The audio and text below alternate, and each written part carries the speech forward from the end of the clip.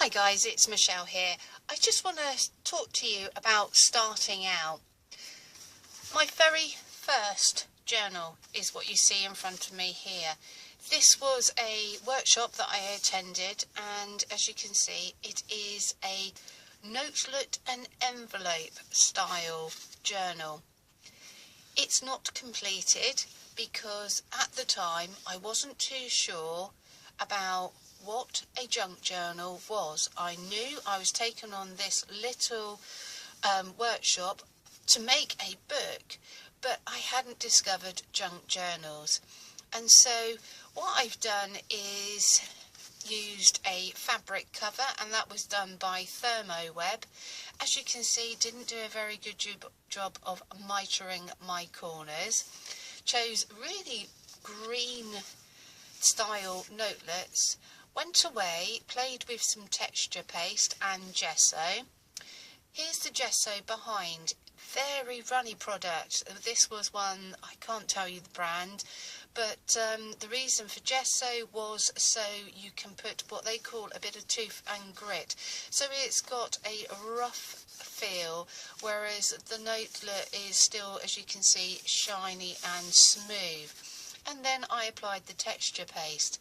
Things I wouldn't do again is I wouldn't apply texture paste at such a thick level. It hasn't snapped and cracked, but in retrospect I've kept this flat. It is probably way too thick, and that was just me learning, a lot like me using a stencil here. It's pretty, it's very much like I've just layered it on. I mean, it is exceedingly thick in places, so it's a learning curve. And I was just playing around with all the bibs and bobs, a bit of acrylic paint, scrapbook paper, some of the stamps my mum had in her collection, and this is pretty much as far as this little notelet book went. Then I discovered YouTube, and I went on to make my first little meander book. It's a meander book with hard little cardboard covers. This gave me the opportunity to start playing around with making tags. Here are a few tags that I've made them with tissue paper. I was able to find a Stampin' Up little set from the charity shop. Didn't realise you could get punches to cut everything out, but I cut everything by hand. And I also discovered I could get hold of a little stamp set, and it's the same size as a credit card. So that was me playing around, and look, that's my attempt at a tab using a petal either side. And so this was a learning curve for me, fussy cutting out, lining up my own paper, brought myself my first little punch.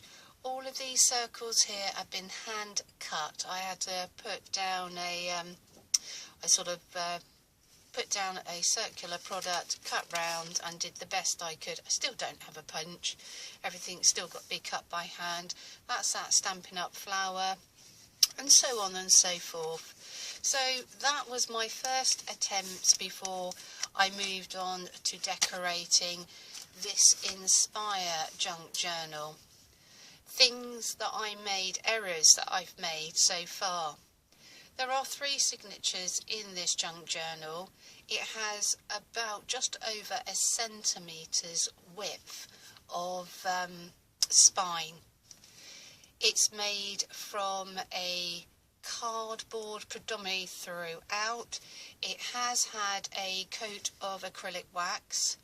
I found some stamps, and as you can see, if I get the lighting right, I've just literally put little stamps on top of each other until they've wrote the word Inspire. Ribbon round the outer edge. I am now watching YouTube videos, but what I haven't worked out is that all of this, if I'd done it again, would not be made out of cardstock. Predominantly all the pages in here are cardstock, so even though I have 3 signatures, I only have literally 2 pieces of card is to a signature. It at least taught me how to do a pamphlet stitch. And it's just a matter of, I'll just give you the quickest of flick throughs, because it would not be fair not to share with you the pages inside. But this is my attempt at a belly band.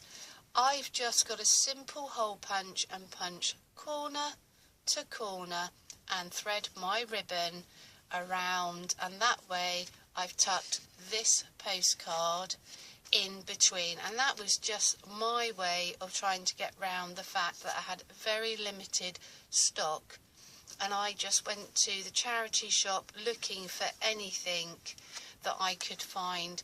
I mean, I brought some die cuts, and I've just put some images that have come from Somerset Studios, my own negatives from my own photographs that I had in my collection, some paper bags that I turned in, and this is a bit of ribbon trim here, a photograph of my mum's textile work, a couple of tags that have just been coming out of book pages. I just incorporated the blue, and I did get hold of some vintage photo, and so I was able to distress, and you can hear the thickness as I turn the page.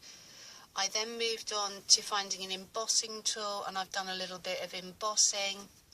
I started to go around templates to make little envelopes out of my ledger paper, and moved on to doing some coffee staining. If I found a notebook, this was the front cover, and I yet again just made a template from another envelope.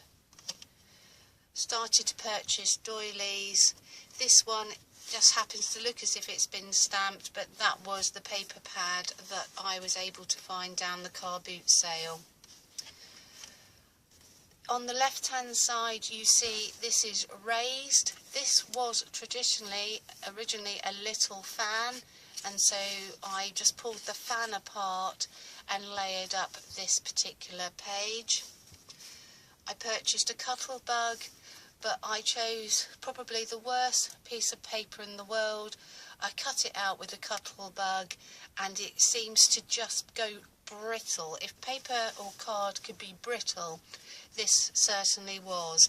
Yet again, if you buy something that's second hand, who knows how long it's been hanging around. So you have to work with what you've got and make the most of it. I got a little stamp set and started stamping on envelopes, and I think I put some index paper here so I could journal on. Found some information on my grandfather's past, and so I just literally used distress ink here, and I've got this lovely couple here on their wedding day, which I've just cut round a piece of cardstock and turned it into a tag.